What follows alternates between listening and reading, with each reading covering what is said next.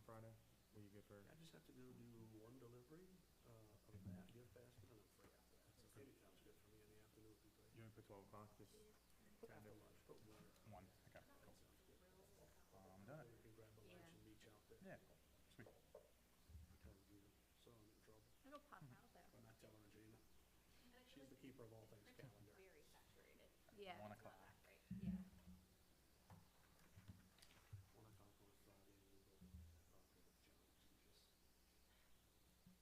All right, we are live on the YouTube. All right. Calling order meeting, board meeting Wednesday, December 20th, 2023. Time is 5:30 p.m. at the Hammond City Council Chambers. Call to order. Roll call, Michelle. Todd DeLon, present. John Exnicius, Here. Elizabeth Hollywood. Here. Chelsea Kesnick. Here. Kaylee Norton. Cassie Reagan. Here. Evan Singer. Here. All right. Old business, approval of November 2023 financial report. Give that to Evan. Yeah. All right, Michelle. Michelle, anything we should note in here? I meant to send Laura an email asking if they were able to complete some journal entries before they submitted this to David Neal's office, because I think I see some information missing. Because we, for example, like I should be seeing more revenue deposited because of Starry, and I'm not seeing that reflected in this report. So if we would like for me to ask her that question and not approve this one, then maybe that's best, because I do see some discrepancies. May we'll wait till next month when we get clarification? Okay. Okay, so we're going to make a motion to table this. Second. Or do you need, or is that a motion, or do we Yeah. need a motion? It is a motion. Okay, Motion second. to- Todd DeLon? Yes. I feel like I can't. Can you hear me? John Exnicius? Yes. Elizabeth Hollywood? Yes. Chelsea Kesnick? Yes. Kaylee Norton? Cassie Reagan? Yes. Evan Singer? Yes. All right. Next up is approval of meeting minutes from November 15th, 2023.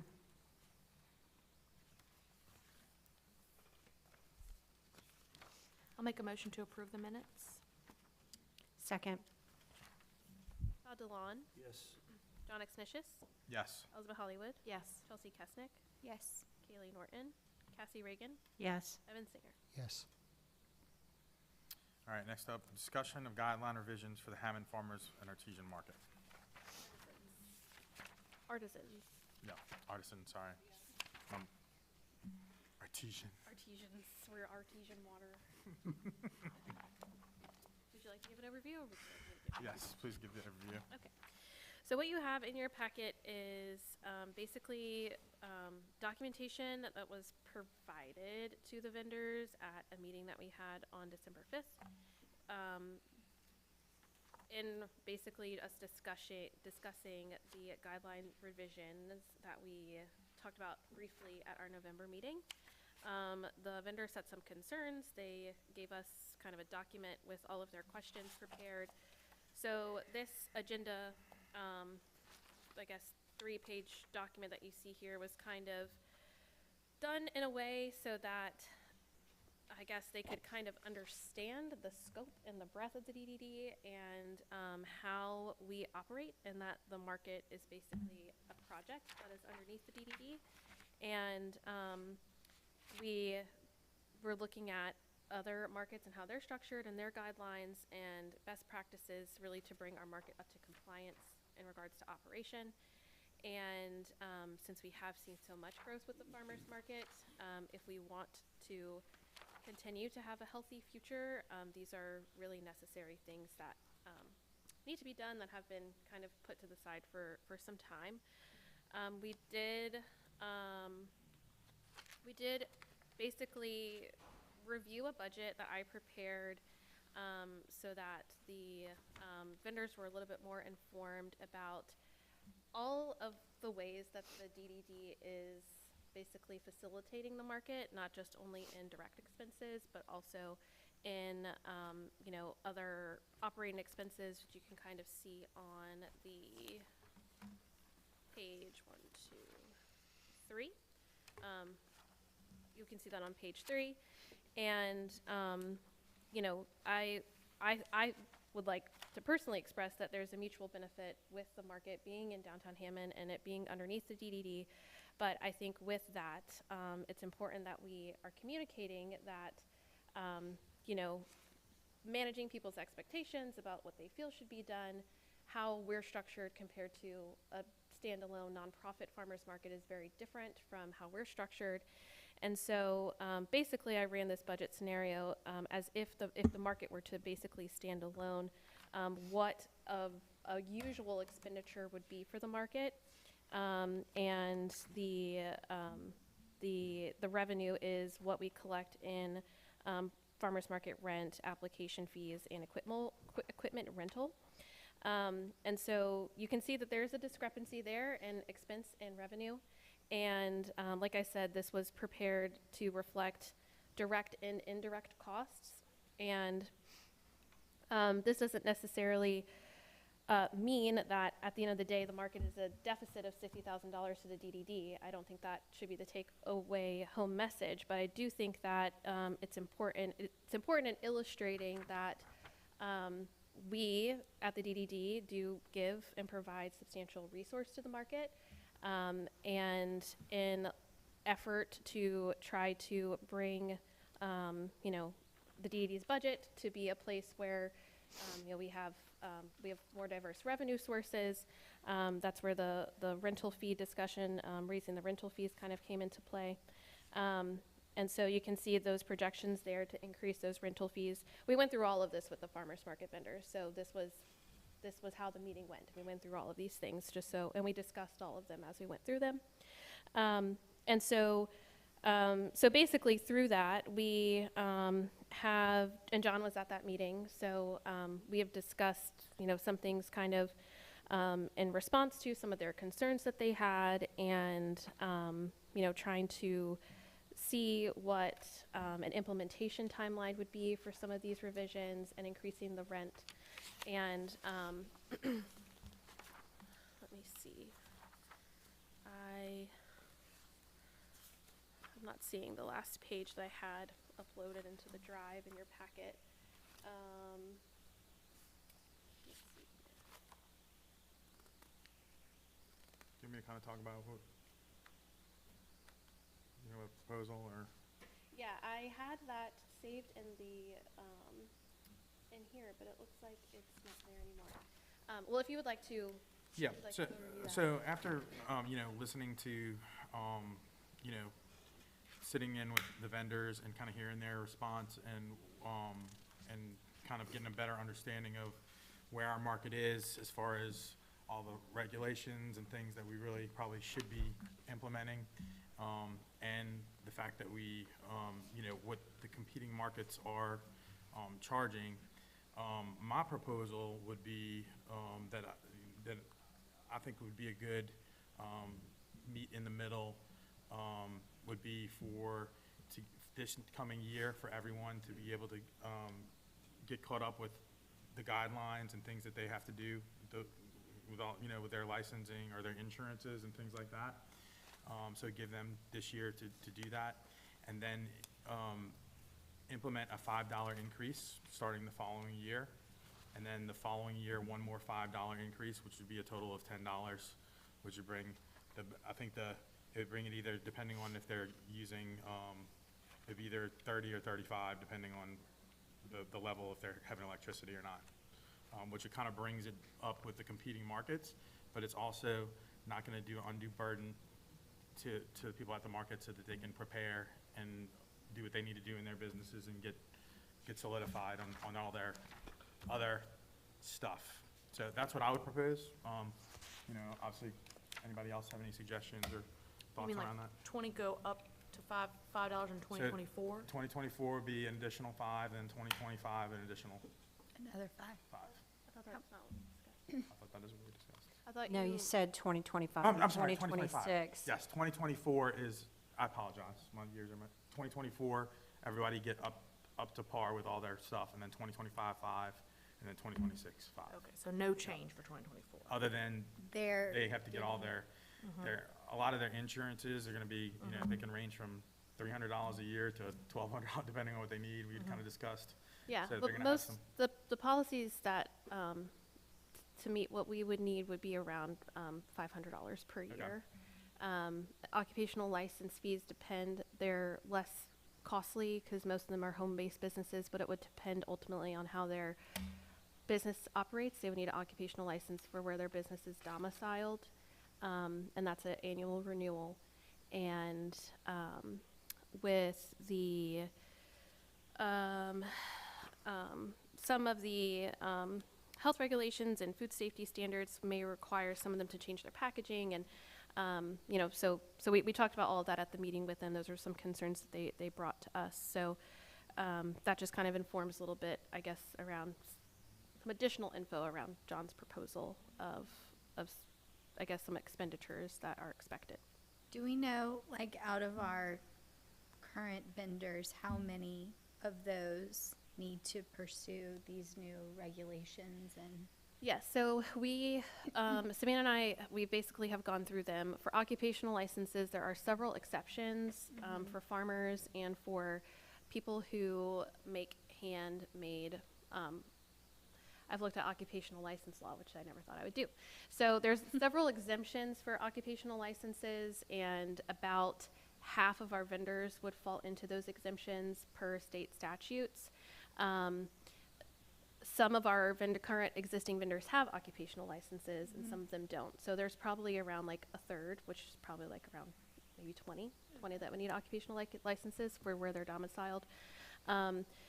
Only vendors that have insurance currently are ones that sell at other markets that require insurance. So some of them do have insurance, some of them don't.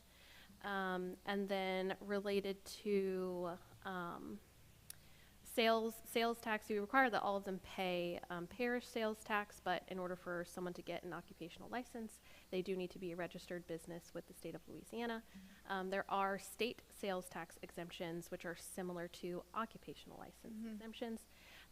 So every vendor basically has a specific requirement that we're going to need from them, and so we're going through that right now and seeing what exemptions apply, and basically working with them on an individual basis to get them to where they need to be. So we're preparing just like a packet of like steps to take for them to get those things. That's just general, and then we're saying we need X, Y, and Z from you, and we're communicating what, doing that review and communicating that to them by the end of the year. So, so yeah, it's like all the vendors I think are on a different place with how they're structured, and so there's very few businesses that are like they don't have any of these things in place, and they would have to get all of these things in place. So there's some exemptions. So it's every vendor has basically an individual assessment of what we need from them. Yeah, I mean, I think giving them 2024 to get everything in order sounds good, but I would almost like, set timelines. Yeah. Yeah. So we initially, before Jonathan picking up Ellis before 6 o'clock, so that's why my brain's thinking about that. Before John made the proposal of 2024 being the implementation window, we had initially discussed everything being implemented by the end of March, and so that was just in our own thinking of like 3 months could work. So we're definitely going to ensure that things are not waiting until the end of next year. And through that process as well, we don't necessarily want to keep our applications closed for all of next year either, but we will be updating our applications so that any new vendors, which we're really at capacity for many of our vendor types, other than a few different farm categories, that they would be applying to us with meeting all of those requirements. So anyone new in 2024 would have those Yes. requirements. Well, and I guess that would be a question, which I didn't even think of. If any new vendors come on with that initial, we still give them 2024 without any additional fee, and then start there, or I mean, I just wouldn't want them to all of a sudden be hit not knowing, you know? So any new vendors that would start with us in 2024 would be required to meet all of the requirements. Our existing vendors, we will, Give a grace period. Grandfather.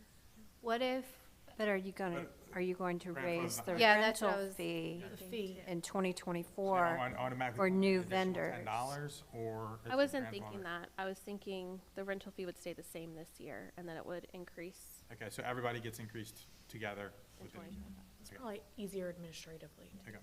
Also, I would be sure to let new vendors know, like, you're coming in at a grandfathered in price, Yes. but expect the next 2 years you'll have a double increase. So we'll reflect whatever we did, if this is approved tonight, we will reflect that increase in the guideline revision. Okay. So, Michelle, what are we asking them to do by way of insurance? I read the first bullet point here that has, I think, what the DDD currently has. Yes. But I don't see what you're asking the farmers to, So we've been, or the it's vendors. been rather. requested of us from our insurance provider that we have our general liability policy from, to any events that we host, including the farmer's market or otherwise, if we are having outside people come out and set up and sell, that we should be requiring them to have their own general liability insurance policy. The recommendation is that the policy is at equal limits to our current policy. I don't have that documentation in your packet right now, but and in talking with some of our local insurance providers and seeing what policies are out there that would meet our insurance requirements and also ultimately cover their business operations. I don't speak insurance, so it's like the limits for operations, aggregate, all those types of things are basically equal limits of what our general liability policy is. And there's also coverage for food liability policy, which is assurance to ensure that, you know, they're selling food, that there's an additional, you know, policy there to help them in the event someone were to get sick or otherwise. And so that policy is usually around $500 a year. But it would basically meet our insurer's requirements and also meet the standard of other farmers markets that require a food liability insurance policy. I'm sorry, I still don't understand what we're asking them to do by way of insurance. I can tell you specifically what our insurance company said, but You're asking them, I don't know what it means. That's why. We're asking them to provide insurance that equals the coverage we have if there's something and they're sued by someone, that they're covered, it's equal coverage. So our DDD limits are 1 million occurrence Ours are, yes. general. So we're asking them to carry a policy that has those limits? Yes. And so that is. And in addition, a separate food liability policy? The product that's out there, it integrates general liability and food liability. And that annual premium is around $500. I think we need to be really specific what we're asking people to do Yes. by way of insurance. Yes, we will. And so, like, you can see it up there now of what the requirements will be, so that that'll be reflected basically in our guidelines. The insurance was an item that I needed to review more specifically before we had our meeting, so that I could just get a general understanding about our insurer's expectations. Because basically our insurance covers the premises that we rent. And it would cover, you know, a person of the public if they tripped on the sidewalk or something like that during one of our events. But it does not cover, you know, even if the vendors are Somebody chokes on a macaroon. that, Why not? or many of them, I mean, if Or they they're get loading into sick their or- cars, Yeah. when they load into their cars, you know, the contents of their business aren't covered if they were to get into a car accident, moving their items and contents to and from.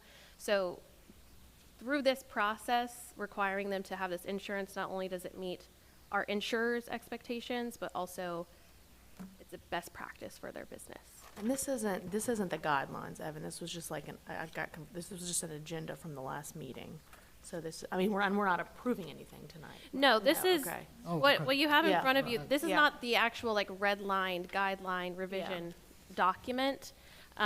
This was basically something that we laid out to them in terms of a discussion for those items and getting clarity around insurance. This is what's up here is what we would have to require from them. So do we need to have that spelled out exactly as far as those requirements in order to even vote on, the fact that they're gonna have to comply? Well, I think like, we- if I'm making a motion to. I mean, yeah, I think think you have guidelines, these aren't guidelines. Yeah, so Yeah. at this point, I mean, the agenda item just reflects discussion. Okay. So, I think your proposal of basically allowing us a little bit more time to do that as a discussion is helpful. And in our January meeting, we can We should be able to present have a that. red-lined version of the guidelines to reflect all of that. Okay. Any other comments from? Okay. Public, if you wanna come to the podium? Yep.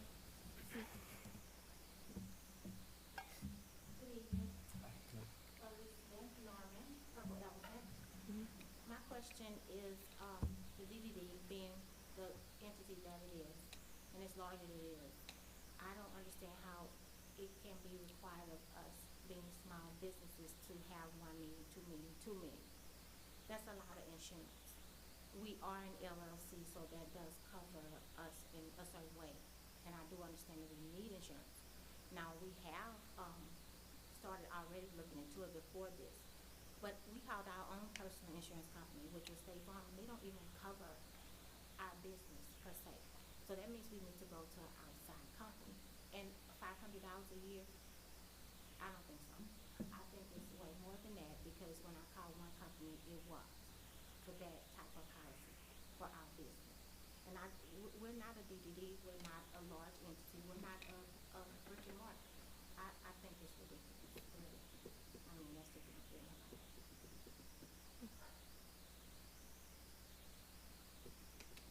I have a sample policy here that reflects the premium, that reflects what it covers, and it is that amount. However, it does have the business owner's information, so I don't want to show it on public record. But we are happy to provide our vendors with recommendations for insurance products. We can't require that you go with anyone in particular, but I can assure you that I have personally looked into the cost of that, and that is the cost that, to meet the insurance, to meet the insurance requirements that we have laid out here, which you can see there, and that you technically wouldn't, I mean, I guess you do sell food.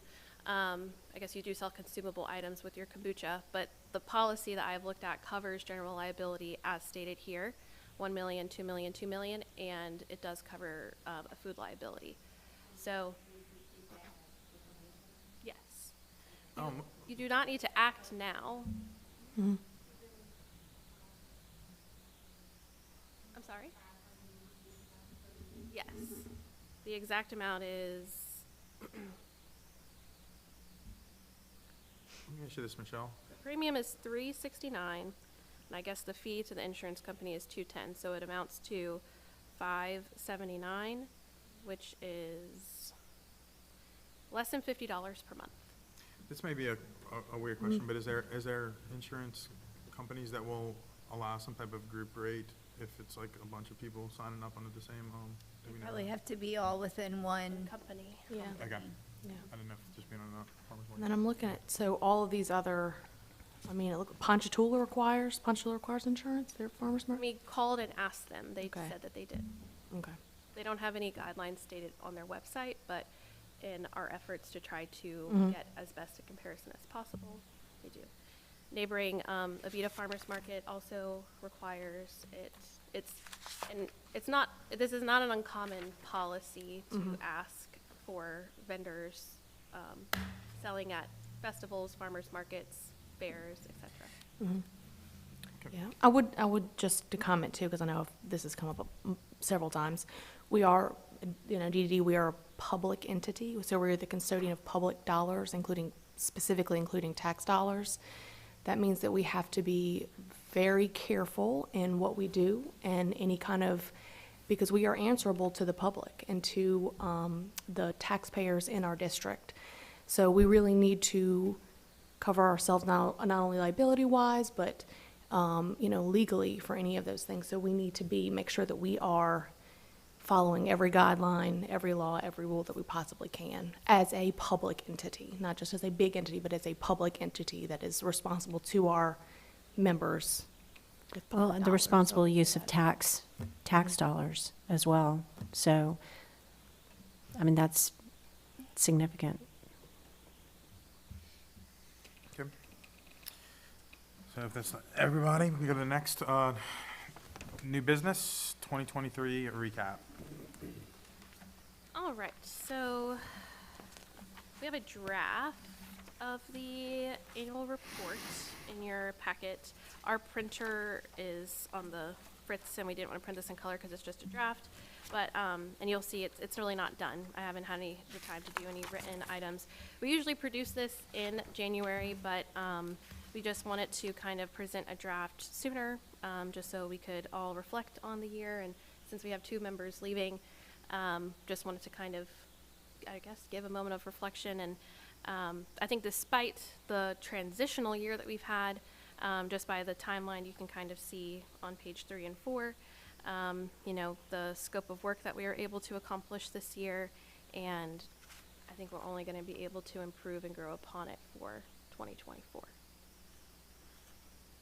So still in draft, and anticipate maybe adding a few more pages, but you'll see things broken down with the timeline, and then we'll do a summary for our big events, and then we do a breakdown for our business development and support, social media stats, and a breakdown for the farmers market. So just some collateral for us to show what we've accomplished for the year, and we also submit this to our Main Street program as an item too.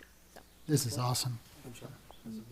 We print these or we email these? How does this get out to the public? so we Who's our target audience for? yeah, we usually we make it available to the board, we make it available to our reporting agencies that we need to, and then we make it available on our website, and we distribute it on social, newsletter, blog post. And one thing I'm excited to do this year is maybe to break down our annual report and kind of do a small campaign of the things that we accomplished in 2023, because there's some great numbers in there, and we just always want to keep sharing the good stuff that we're doing. So if you haven't already looked at them, if you go on our website under About Us, you'll see our annual reports since 2018. I wonder if there's some, as far as social media goes, I wonder if we could do this in some form of a video format, like end of year recap with Yeah. pictures at events, stating some numbers that we've, how much we've given out in grants or whatever, just to make it a little bit more visually appealing and to show people what we do. Yeah. And boost it, boost to the community.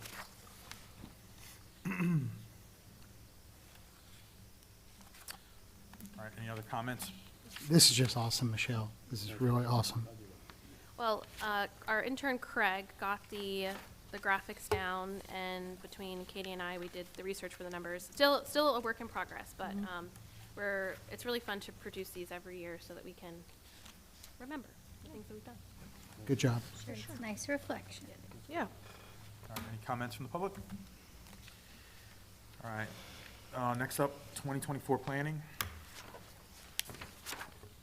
Let's see, trying to look at my agenda. We are gonna update you on our board appointments. So we have Todd sticking around with us. He is finishing out his, 11 days as the East Side seat, and he will be joining us for 2 more years in the mayor-appointed seat. So this is Cassie's last meeting with us, and Chance Kinchin is joining us for 2 years, and he is replacing Elspeth in the chamber-appointed seat. And we had a competitive nomination for the East Side seat between Jeff Leschere and Mary Gateau. I can never say her middle name, or the her maiden name, I guess.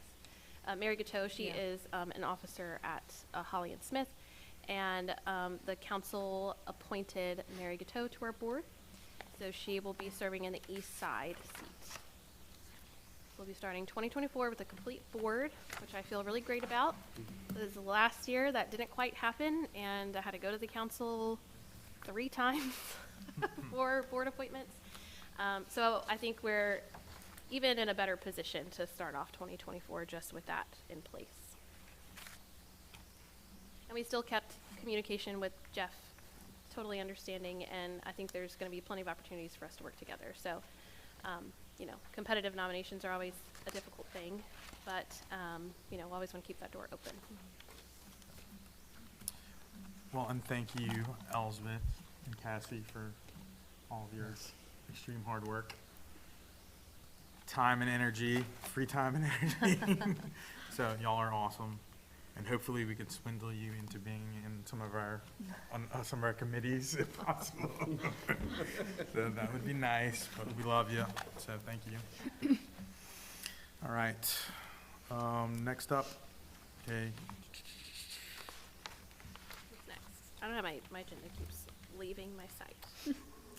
are we gonna go over more in depth on 2024 Board. planning or the? board? Yes, so board retreat. Yes. All over the place here. So I put together just this document for planning notes. I did go ahead and talk to Chance and Mary. They indicated that for their availability, Friday, the 5th or Saturday the 6th worked best for them. And I, with knowing that, I went ahead and emailed Ray with Louisiana Main Street to see if he were available. So I'm thinking that that may be the best fit. Hopefully there's no outstanding. Friday the 5th is best for me out of those 2. Okay. Wait, so what day are we saying? What, Friday, January Friday the 5th. 5th. So, noon to 5 gives us, well, yeah, 5 hours. And that's what we did for 2023. I am still kind of working on the agenda, but you can just, like I said, kind of see some of my notes here. I think some items I know that we will be discussing, which is an important milestone for us, is celebrating our 40th anniversary of our Main Street program. The Main Street program was started in 1984, and Hammond was one of the first 4 communities that started as a Main Street program with the state. So not only is this our 40th year anniversary, but it's also the state's Main Street program 40th year anniversary, and I'll get to that in a little bit too. But with that kind of being an idea in mind, I have reached out to some of our early revitalization pioneers, Paul Murphy, to provide some just context and history and just kind of put our new board members into, give some perspective of our growth and how we're here today, how everything got started. Of course, we'll be inviting Andre to kind of give us a rundown on some more of those nuts and bolts of operating as a governmental board and a public entity. So you'll see those things listed there. If you have any specific questions for Andre that you would like for me to relay to him in advance of our meeting, please let me know, and he can prepare items accordingly for that. But he is a great resource to me all the time, and I want to make sure that we make the best use of his time with our board members so you can ask all those questions. We, as stated earlier this year with some of the additional requirements like financial disclosures, Elsbeth and I had discussed conflict of interest forms, so we'll kind of give you like a little packet, and any like signatures or forms that we will need filled out, we'll provide those at the board retreat as well. And Andre will there to be asked any questions. Like I said, I do think that it's going to be important to have Ray attend, and we could not get him for our retreat this year, but because the historic district was hosting him for another thing, but I'm looking forward to having him join us. There's going to be several updates with the National Main Street program and the accreditation process, and our reporting to them.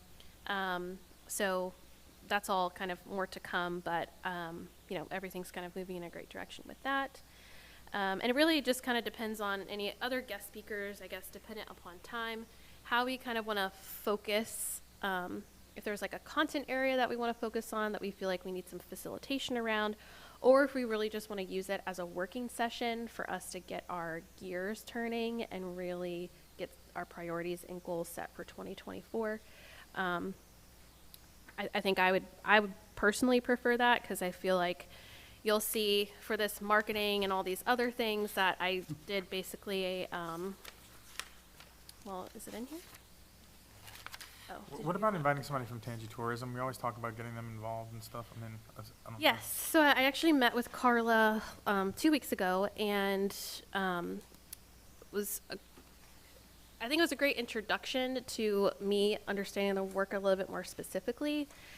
We discussed specifically enhancing our marketing strategies, and she has offered to allow us to try out some of their, I guess, billboard spots that are in Lake Charles, Lafayette, and kind of around, because they have an existing contract. And they usually use those for their events, but she was like, that's, I think, a good place for us to start and just see, really for us, if that's something that we would like to look On our own. for on our own, and seeing, you know, in terms of cost and all those types of things. And I'm not actually seeing this spreadsheet in your packet. Did you not print the 2024 marketing spreadsheet? This one?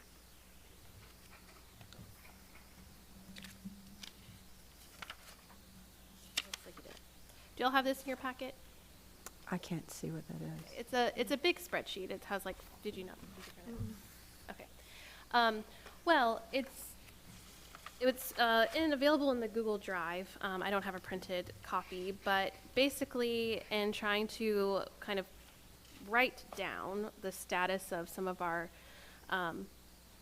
promotion types and the marketing products that we have, this is my first attempt at a very comprehensive overview at where we're at and where I'd like for us to go, and feeding back on conversation that we've had with some of our merchants, and I think the holistic idea that we need to just market downtown Hammond a little bit better. So our, you can't really see this, but I do encourage you to look at it when you have a moment. I wish that you had a printed copy in front of you, but it kind of breaks down what we're currently doing in terms of our external marketing between, you know, PR, media, our marketing collateral, wayfinding signage, dining and shopping guides, just kind of a more in-depth view of what we talked about at our last meeting. And the particular to wayfinding signage, we did enter into a contract with Chapel Sports Park, so you'll see that signage in your packet.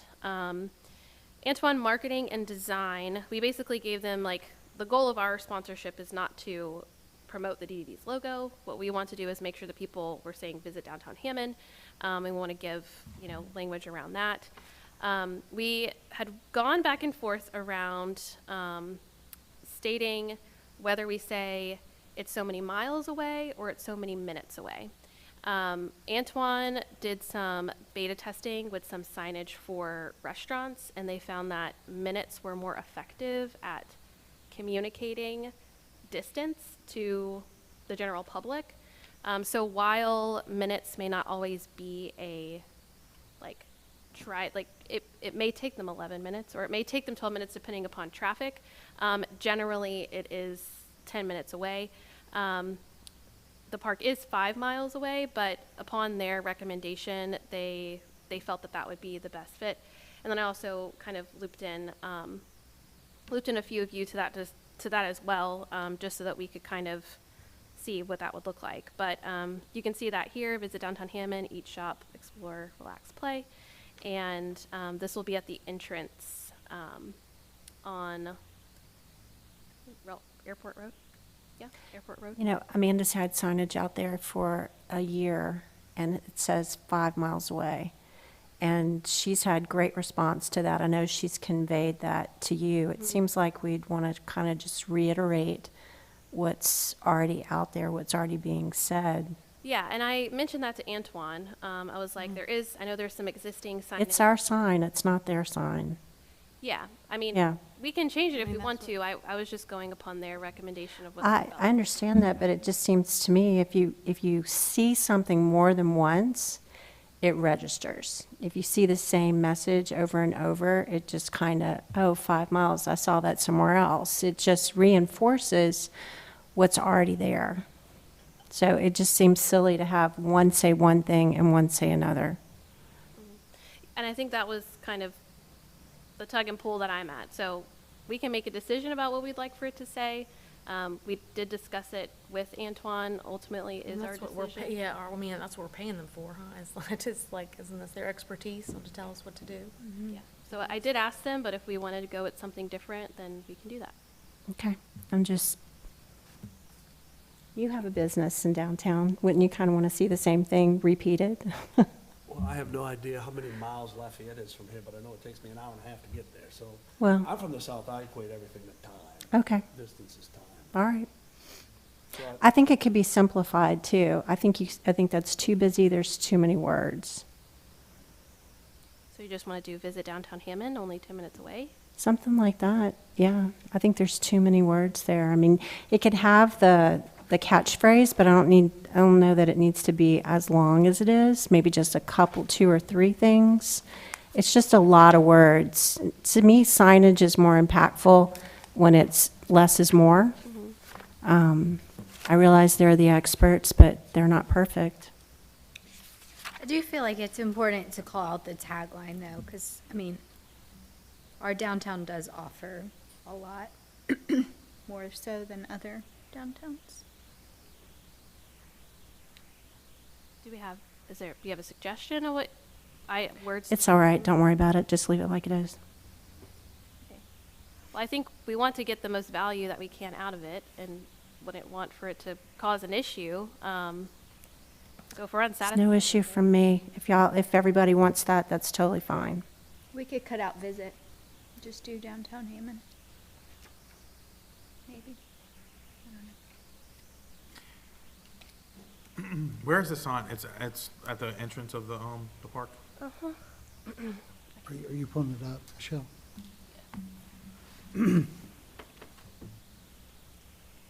It's also very large. Right. It's 48, Yeah. so 4 feet by 63. Yeah. So 5, 3. Let me zoom in.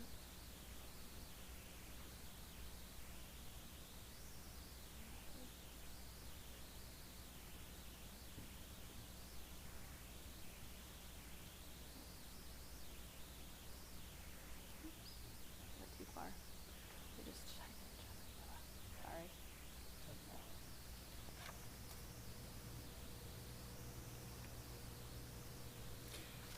This Welcome to Chapapilla Park, that's their thing, that's gotta be there, that's their. Yeah, so basically, I mean, I think it is really busy, but they were, basically, the only requiring it. thing we can control is that what is in down. white Blue. in our logo, but they wanted it to be on blue. So we're working with what they tell us. Well, the only reason I'm saying that is that when I look at this quickly, I'm seeing Welcome to Chapapilla Park, I'm not really seeing all the other stuff. I agree. So, I mean, it's great, but we're paying for it, you know what I'm saying? I don't know, just, But I think that has to be there. you know, I'm just complaining. Well, if you'd like, I mean, I can, John's right. that's I mean, the sign policy. that Bayou Book does not have all that. It just says Historic Downtown Hammond. It has the name of the business and Is it on a 5 miles away. It's on a Chapapilla Park thing like that too? Doesn't have that. where is it located?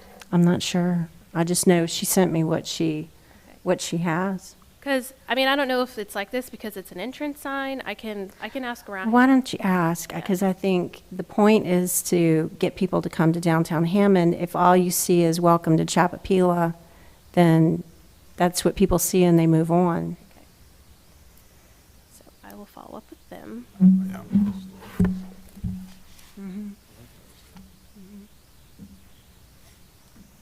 That's true. Historic might actually catch somebody's attention that, I do like that word in the other. yeah. Historic.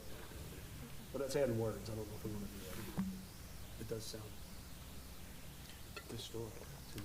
Is Visit Downtown Hammond a tagline, or it's not? The eat, shop, explore, relax. That Eat, Shop, Explore is, right. Yeah. Yeah, so historic downtown Hammond, Eat, Shop, Explore, yeah, I think that sounds, But you don't have to use all of those words. When they did the marketing campaign, we didn't have to use all of them. You could use the ones that you wanted to use for whatever you were featuring. You didn't have to use all of them together. I But mean, you again, just do, I like, don't dine, shop, care at this explore. point. Or, yeah, explore, relax, play. okay. We I will think revise and we will look at it. I think I'll just send you all an email with the revisions. I know you can't vote necessarily on it, but Yeah. if you have. Oh, well, so just to cover, the main thing is we want the Visit Downtown Hammond to be more prominent than the Welcome to Chapapilla. When you pass it, you actually pay attention to that sign. I Yeah. think that's the overall concept, and hopefully they can direct that concept based on what we have. Yeah. you know. Honestly, the first time that they produced it, our logo was basically half of the thing, and I was like, that's not what we want out of this. We want people to come to downtown. So we will revisit. We'll go back to the drawing board. Should And be Mich- fairly quick and easy solve. Yeah, the more I think, I mean, the whole welcome to Chapapilla, I mean, that shouldn't even be part of it. I mean, to me, that, like, I mean, if you're paying for the billboard, Yeah. we're not paying for their entrance sign unless they're trying to sponsor their entrance sign. I mean, I just think we need. They have an entrance sign. Yeah. Yeah. Well, I will copy you on the email. Perfect. Sound good. All right. Any other public comment or any other on that? On that. Are we done that? other thing. What are we doing? I guess the other thing I know that we had kind of, well, I kind of gave you the update about Change Tourism billboards. I do have pricing, and you'll have that in your packet for other target areas that Lamar covers. If we want to look at non-digital billboards or other market areas, there are other companies like Hedrick out front that we could look at. I tried getting some of that pricing information in preparation for tonight, but they want to have a call with you and they want to do all these things, and so I didn't Gotta quite. sell you. Yeah, I didn't quite have the time to do that. So this is a price breakdown for Laplace, Walker, Macomb, Covey, and Slidell, which is, and that's per month. So something that I think we can take a look at. Just Decide one on food it. for thought. I like all of the other listings. I feel like Covington, people in Covington aren't gonna come to Hammond, because I feel like we offer very similar things, but just. I don't think that's true. I have more and more Covington customers than I've ever had. Okay. We have a lot of North Shore proper coming? people coming. Okay. But Well, but even if we try to do all of these, I mean, 900, 1,600. But I mean, also, it's- if they're already coming, maybe we should spend dollars Yeah. with people who aren't coming. yeah. So I think with our, I think we need to focus on if we want to take a look at one specific area so we can see what, I think it's going to be easier to measure the success of our efforts if we pick, maybe for the first 6 months of 2024, we focus on the Livingston area or we focus on the Baton Rouge area. And then we kind of see, we tag team some efforts there. So we do some billboards, we do some boosted Facebook posts and content that way, so that we are kind of saturating that market with a little bit more messaging. And then I think that's going to be a better way for us to assess like what's going to be working, what needs to be improved, and that way, in terms of budget, I think that is Well, feasible. and another thing just to consider about Covington versus maybe somewhere farther, in my brain, I would want to know, it's great to know you're having good experience, you're hearing people from Covington, but it's anecdotal based on your business or, your repeat clients. But my thoughts are, start with the biggest bang for your buck as far as how much coverage are we actually getting for a dollar as far as passerbyers for this data. And then the other thing that I would think would be a wiser play is to start marketing to the towns that are closer to us, that are more convenient to us, to kind of reinforce them Yeah. coming our way.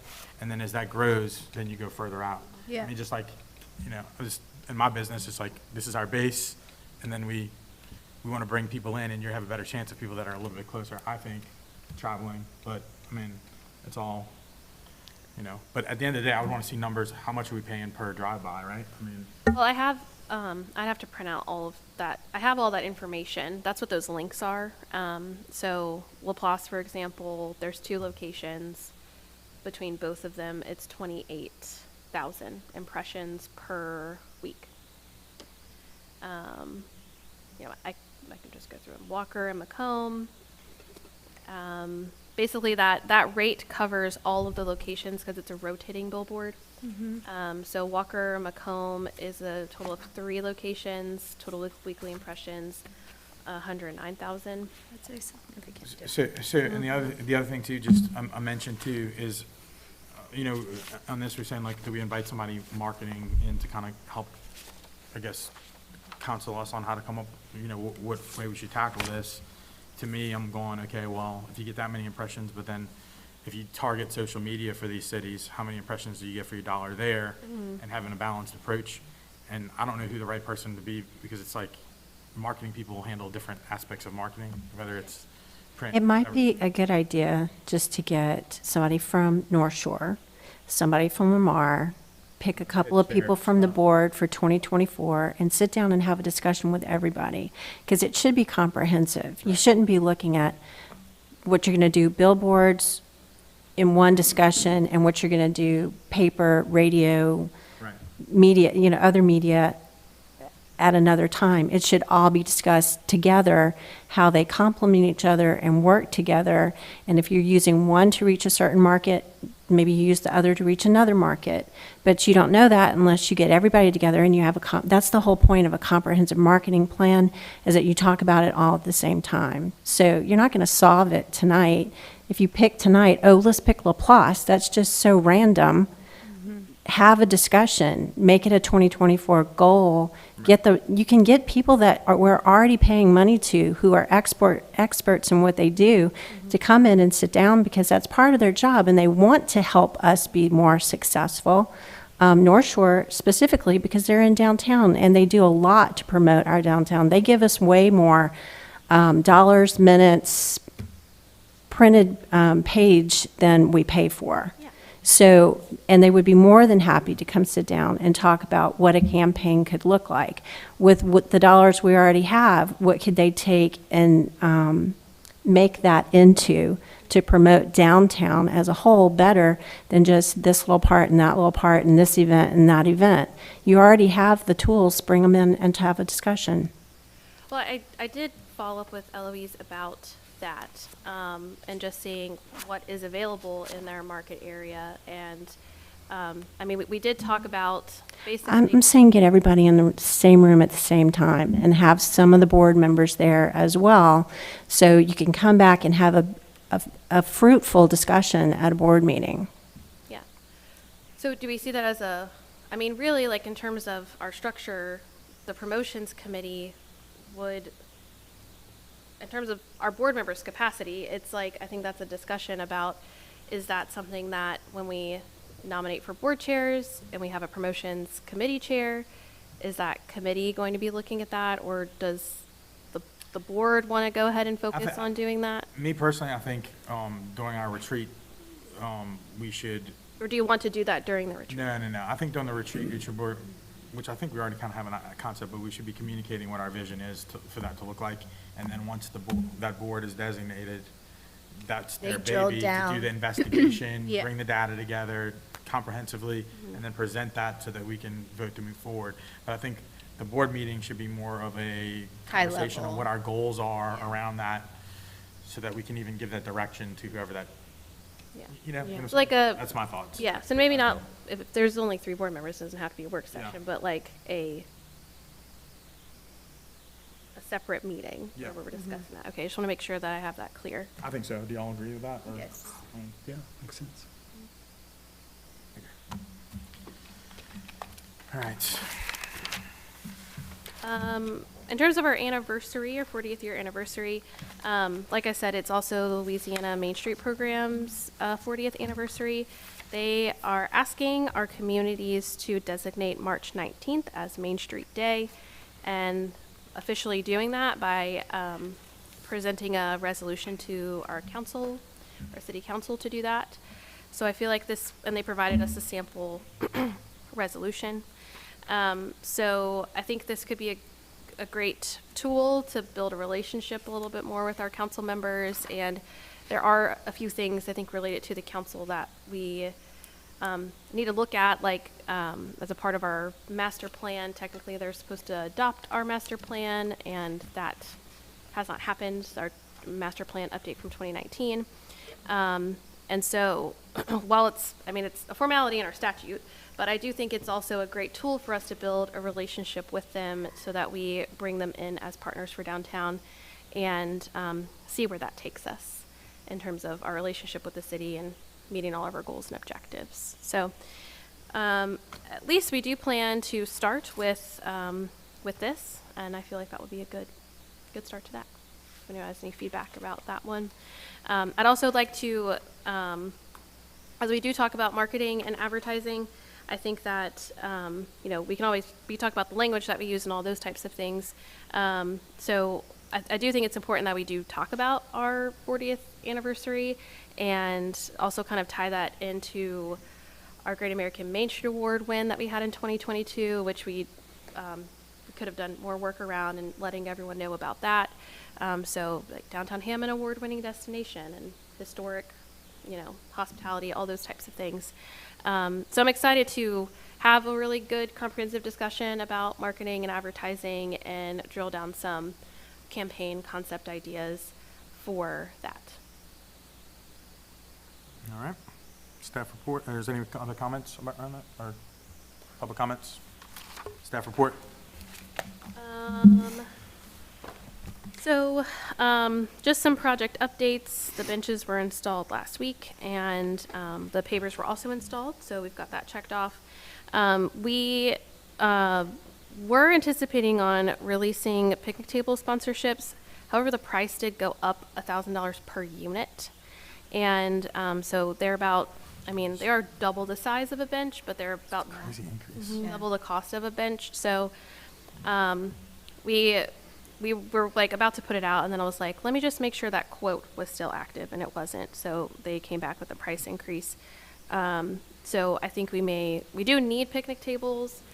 These actually don't have an option for a plaque. I know that's like debatable whether that's that important, but if we'd be asking someone to sponsor a picnic table for $3,500. It's the same material as the benches. It is not exactly. The bench itself and the tabletop is a composite material, and but the frame of it is a powder coated metal. And the design committee looked at those and thought that was the best fit. They kind of like match. They match the benches in style, but and the company that we have been going through for those selections, Landscape Forms, is a little bit more expensive. And I know that the city has a contract with another company called Cityscapes, and we had looked at some of those in the design committee. But I think that's just going to be something that I'm going to have to look at again so that we can get a little more value there. History exhibit update. It's been so slow. But they are projecting the install January 4th or 5th, and we are excited to do a dedication ceremony for the benches and the bricks that were installed earlier this year, kind of wrapping all that together with that milestone for Railroad Park and also with the 40th anniversary. There's a lot of tie-ins. Welcome sign, that project's still moving along. Roy and I met with some LED sign vendors to see specifically with the city IT department, integrations and all those types of things that would make the sign easy to use and also like have the most longevity. So Roy, I was present for them and just kind of asked some questions, but Roy and our IT department are kind of picking the best fit for that. So he's going to be preparing a bid package in January, so he'll present that to the design committee. The contract is with the city, so if I'm sure we will present it to the board, but I don't think it necessarily requires board approval. But we can discuss that at that point in time.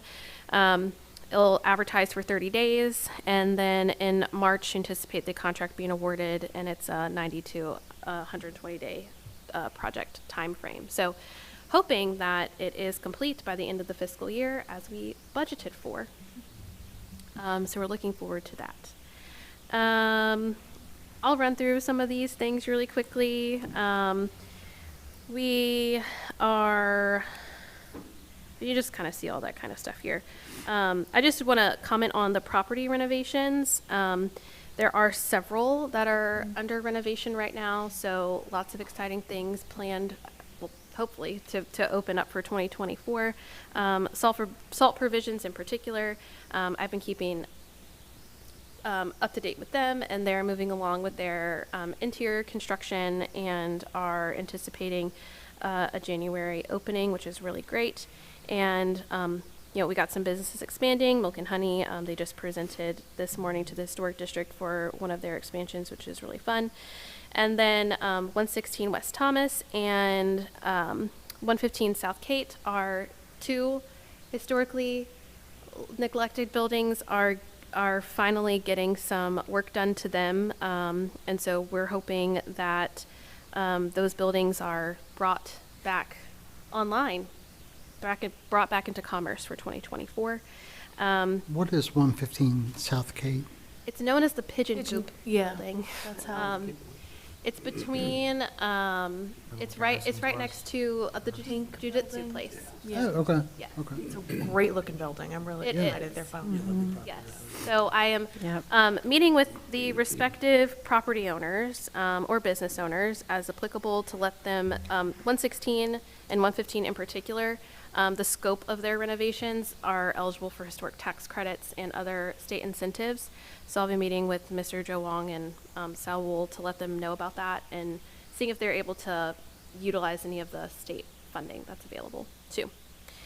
So great things moving along. Also the Miller Memorial Library, don't know if y'all know where that is, but it's behind Lee's, and the city is renovating that and has some interesting plans for it in 2024, but I'll save that for later. And Bento started with their renovation as well, and they've been doing some pop-ups with us and reaching the community, and I think everyone's really excited to have them open. Our office will be closed. You can see that there, and we'll let everyone know in advance of that through all of those ways. So that's just a quick rundown of those things. Any questions? Anybody? Any comments from the public? All right, then next would be the Executive Director Evaluation for annual increase. I'm going to make a motion for an executive session. Second. Who seconded? Me. Okay. Todd DeLon, Yes. John Exnicius, Yes. Elizabeth Hollywood, Yes. Chelsea Kesnick, Yes. Haley Norton, Cassie Reagan, Yes. Evan Singer. Yes. All right, so executive session means that